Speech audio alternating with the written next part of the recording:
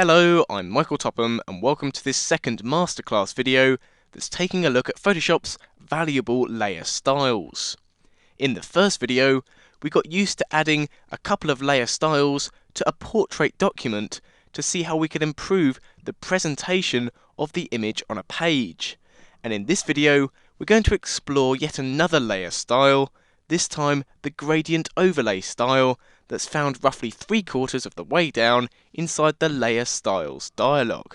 There are plenty of uses for the gradient overlay style, and I find that it's particularly effective when it's applied to text layers.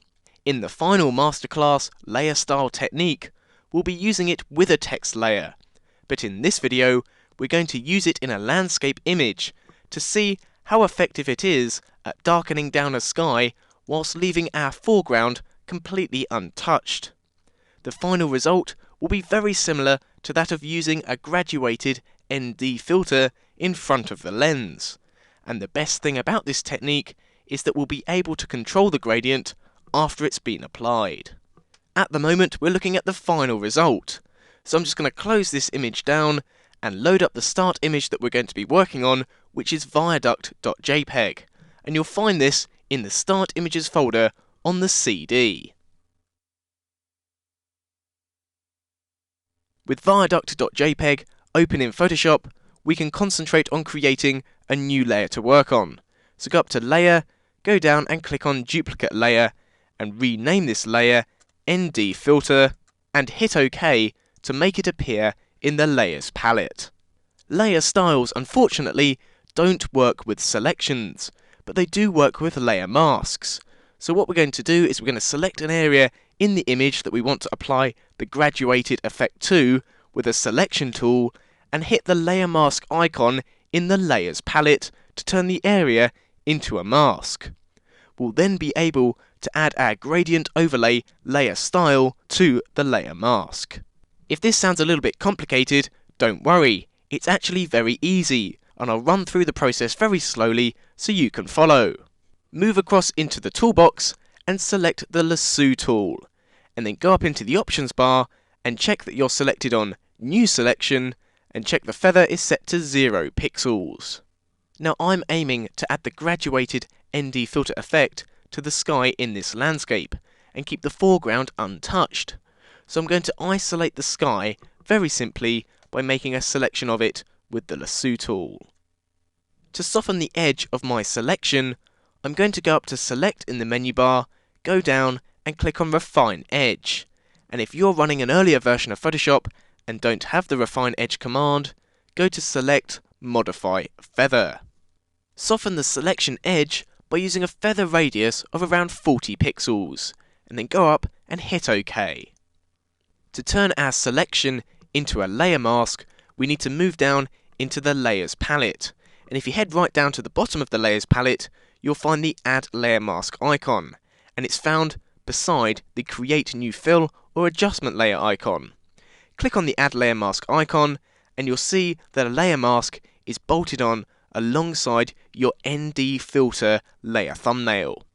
It's at this point in the technique that you need to double check that your foreground colour is set to black in the toolbox, and if it's not, hit the letter D to switch the colours back to default, and then hit the letter X to switch the colours around. Right, so it's taken a little bit of time, but we're now ready to add a layer style specifically to the sky area in this image.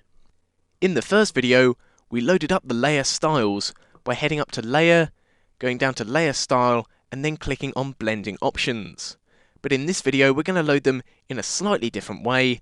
We're going to go into the Layers palette and move right down towards the bottom, and beside the Add Layer Mask icon, you'll find the Add Layer Style icon. Give that a click, and then choose Gradient Overlay from the list. With the Gradient Overlay style selected from the long list of layer styles, you'll see on the right in the thumbnail that the gradient is actually appearing the wrong way up. So what we need to do is we need to reverse the gradient, so move into the Gradient Options and place a tick alongside Reverse.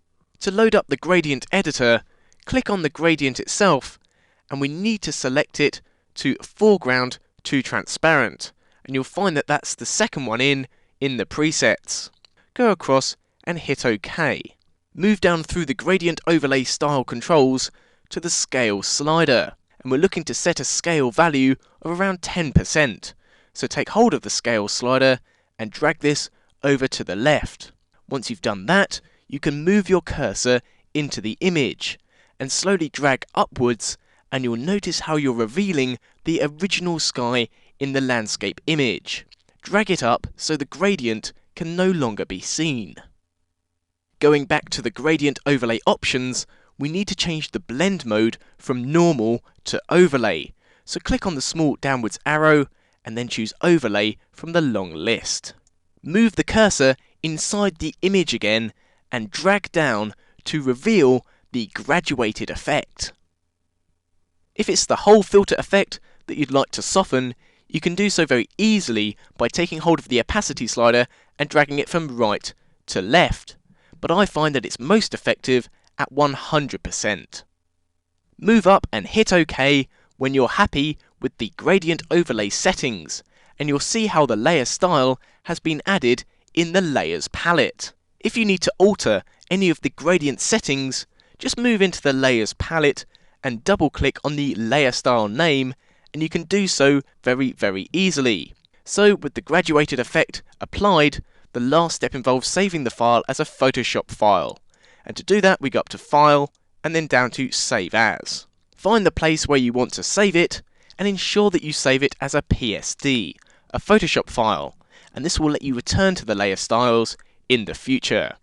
That's all for now in this video, but if you're keen to find out how layer styles can be used with text layers, you won't want to miss out on the third layer styles video. I'll see you shortly in the next video.